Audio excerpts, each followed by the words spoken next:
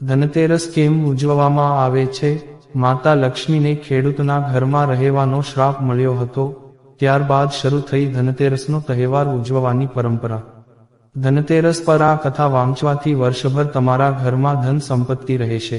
ધનતેરસનો તહેવાર દર વર્ષે આસો મહિનાની ત્રયોદશી તારીખે એટલે કે દિવાળીના 2 દિવસ પહેલા ઉજવવામાં આવે છે. ધનતેરસ 13મી તિથિએ ઉજવાય છે, જેનો અર્થ ધનમાં 13 ગણો થાય છે. આ દિવસે મુખ્યત્વે ભગવાન ધન્વંતરીની પૂજા કરવામાં આવે છે. તેઓ આપણને સ્વાસ્થ્ય પ્રાપ્ત કરવામાં મદદ કરે છે, પરંતુ તેની સાથે ધનતેરસ પર દેવી લક્ષ્મીની પૂજા કરવાની પણ પરંપરા છે. આ સાથે યમદેવ અને કુબેરની પૂજા કરવાથી વ્યક્તિ આશીર્વાદ મેળવે છે. આ દિવસે ખરીદી કરવી ખૂબ જ શુભ માનવામાં આવે છે. આ દિવસે સોનું, ચાંદી અથવા વાસણો વગેરે ખરીદવાથી ઘરમાં સુખ અને સૌભાગ્ય આવે છે. દિવાળીના મહાન તહેવારની શરૂઆત ધનતેરસના તહેવારથી થાય છે.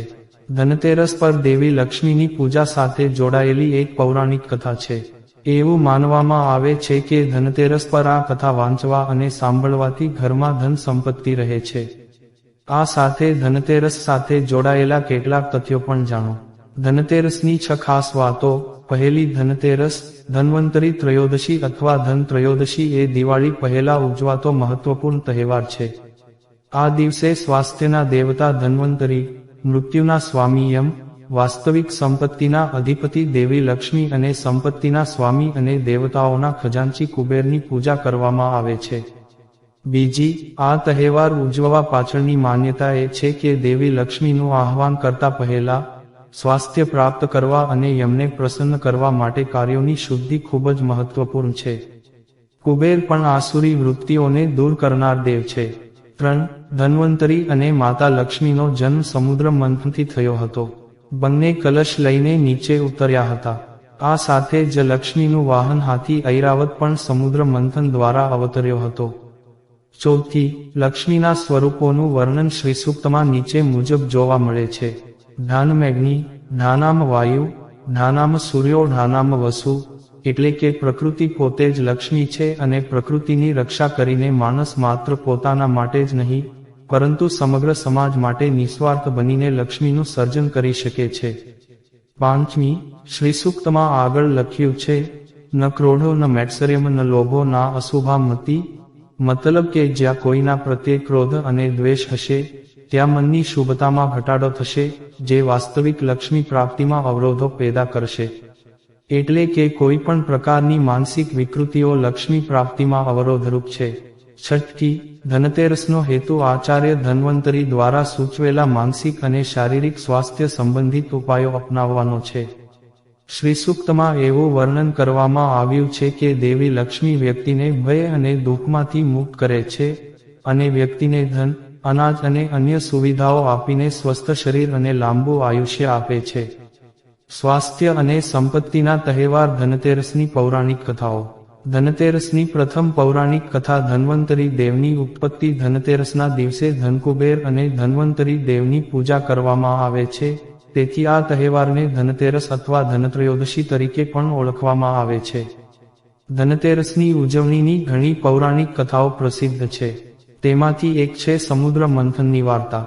સમુદ્ર મંથનની પૌરાણિક કથા અનુસાર આ દિવસે ભગવાન ધન્વંતરી અમૃતનું પાત્ર લઈને સમુદ્રમાંથી પ્રગટ થયા હતા. તેથી ધનતેરસનો તહેવાર તેમના અવતાર દિવસ તરીકે ઉજવવામાં આવે છે અને તેમની પૂજા કરવામાં આવે છે. ભગવાન ધન્વંતરીને દવા અને ઉપચારના દેવતા માનવામાં આવે છે. તેઓ પોતે ભગવાન વિષ્ણુના અવતાર છે અને સમગ્ર વિશ્વને આરોગ્ય પ્રદાન કરે છે.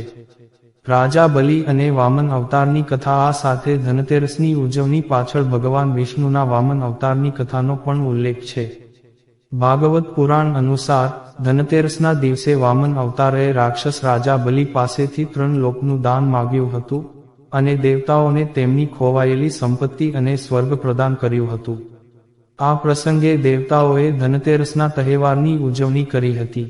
ધનતેરસની મહાનતા. ધનતેરસના દિવસે ભગવાન ધન્વંતરીની પૂજા કરવાથી સ્વાસ્થ્ય અને સુખાકારી મળે છે, જ્યારે ભગવાન કુબેરની પૂજા કરવાથી ધન અને સંપત્તિ મળે છે. ધનતેરસનો તહેવાર ઘરમાં સુખ સમૃદ્ધિના આગમનનો તહેવાર છે. આ દિવસે ઘરના મુખ્ય દ્વાર પર યમ દીપક પ્રગટાવવાની પણ પરંપરા છે. એવું માનવામાં આવે છે કે આમ કરવાથી યમરાજ અકાળ મૃત્યુથી રક્ષણ આપે છે. ઈચ્છિત વરદાન મેળવવા માતા લક્ષ્મી અને ભગવાન વિષ્ણુની પૌરાણિક કથા સાંભળો.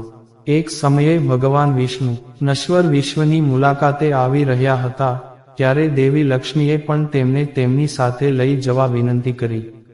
વિષ્ણુજીએ કહ્યું, જો તમે હું જે કહું તેનું પાલન કરો તો ચાલો. લક્ષ્મીજીએ સ્વીકાર્યું અને ભગવાન વિષ્ણુ લક્ષ્મીજી સાથે પૃથ્વી પર આવ્યા. થોડા સમય પછી ભગવાન વિષ્ણુએ એક જગ્યાએ લક્ષ્મીને કહ્યું, હું આવું ત્યાં સુધી તું અહીં જ રહેજે. હું દક્ષિણ તરફ જાઉં છું, તું મારી પાછળ ન આવીશ. વિષ્ણુજીના ગયા પછી લક્ષ્મીજી આતુર થયા કે દક્ષિણ દિશામાં એવું શું છે જે તેમના માટે નિષિદ્ધ છે અને ભગવાન પોતે શા માટે દક્ષિણ દિશામાં ગયા તે ચોક્કસ રહસ્ય છે.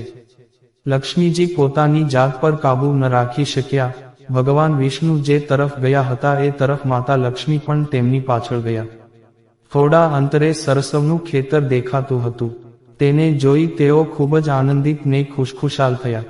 લક્ષ્મીજી ત્યાં ગયા. તેઓ સરસવની સુંદરતાથી મંત્રમુગ્ધ થઈ ગયા અને તેના ફૂલો ઉપાડીને પોતાની જાતને શણગારી અને આગળ વધ્યા. આગળ શેરડીનું ખેતર હતું. લક્ષ્મીજીએ 4 શેરડી લીધી અને તેનો રસ ચૂસવા લાગ્યા. તે જ ક્ષણે વિષ્ણુજી આવ્યા અને આ જોઈને તેઓ લક્ષ્મીજી પર ગુસ્સે થઈ ગયા અને તેમને શ્રાપ આપ્યો, મેં તને અહીં આવવાની મનાઈ કરી હતી, પરંતુ તમે રાજી ન થયા અને ખેડૂત પાસેથી ચોરી કરવાનો ગુનો કર્યો. હવે તમે 12 વર્ષ સુધી તે ખેડૂતની સેવા કરો અને તેને સજા તરીકે સ્વીકારો. એમ કહીને ભગવાન એમને છોડીને ક્ષીરસાગરમાં ચાલ્યા ગયા. લક્ષ્મી ખેડૂતના ઘરમાં રહેવા લાગી. તે ખેડૂત ઘણો ગરીબ હતો. લક્ષ્મીજીએ ખેડૂતની પત્નીને કહ્યું કે પહેલા તું સ્નાન કરીને મારી બનાવેલી દેવી લક્ષ્મીની પૂજા કર, પછી રસોડું તૈયાર કર, જે માંગશો તે તને મળશે. ખેડૂતની પત્નીએ લક્ષ્મીના આદેશ મુજબ કર્યું. પૂજાની અસર અને લક્ષ્મીની કૃપાથી ખેડૂતનું ઘર બીજા જ દિવસથી અનાજ, ધન, રત્ન, સોનું વગેરેથી ભરાઈ ગયું અને લક્ષ્મીથી ઝગમગવા લાગ્યું. લક્ષ્મીએ ખેડૂતને ધન અને અનાજ આપ્યું. ખેડૂતના 12 વર્ષ ખૂબ જ આનંદ સાથે પસાર થયા.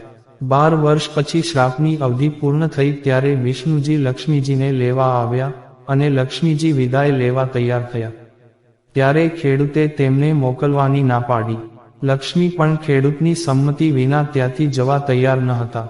પછી વિષ્ણુજીએ કંઈક ચતુરાઈ કરી. જે દિવસે વિષ્ણુજી લક્ષ્મીને લેવા આવ્યા તે દિવસે વરુણીનો તહેવાર હતો. તેથી ભગવાને ખેડૂતોને વરુણી પર્વનું મહત્વ સમજાવતા કહ્યું કે તમે તમારા પરિવાર સાથે જઈને ગંગામાં સ્નાન કરો અને આ કવડીઓને પણ પાણીમાં છોડી દેજો.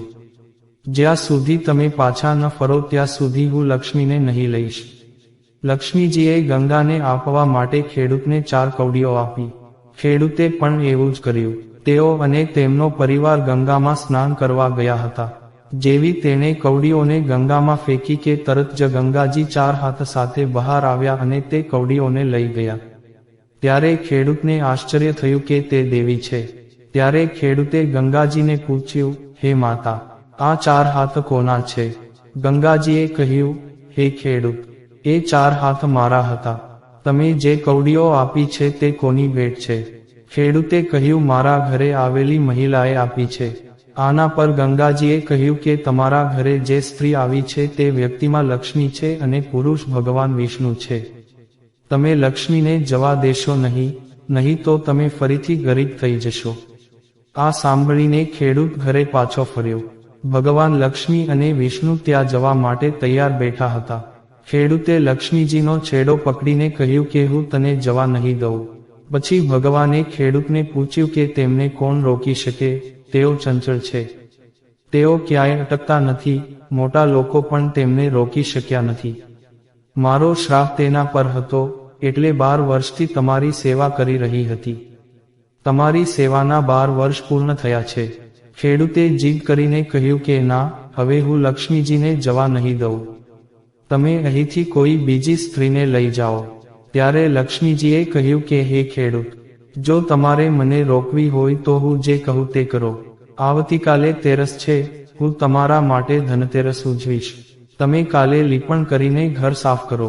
રાત્રે ઘીનો દીવો પ્રગટાવો અને સાંજે મારી પૂજા કરો અને તાંબાના ભંડારમાં પૈસા ભરીને મારા માટે રાખો, હું તે ભંડારમાં રહીશ. પરંતુ પૂજા દરમિયાન હું તમને જોઈ શકીશ નહીં. આ દિવસે પૂજા કરવાથી હું આખું વર્ષ તમારું ઘર છોડીશ નહીં. જો તમે મને રાખવા માંગો છો તો દર વર્ષે આ રીતે મારી પૂજા કરો. એમ કહીને તેઓ દીવાઓના પ્રકાશ સાથે 10 દિશાઓમાં પ્રસરી ગયા અને ભગવાન જોતા જ રહ્યા. બીજા દિવસે ખેડૂતે કથા પ્રમાણે દેવી લક્ષ્મીની પૂજા કરી. તેનું ઘર સંપત્તિથી ભરેલું હતું. તેવી જ રીતે તેમણે દર વર્ષે તેરસ પર દેવી લક્ષ્મીની પૂજા કરવાનું શરૂ કર્યું. ત્યારબાદ ધનતેરસે લક્ષ્મી પૂજાની પરંપરા શરૂ થઈ. જય લક્ષ્મી માતા.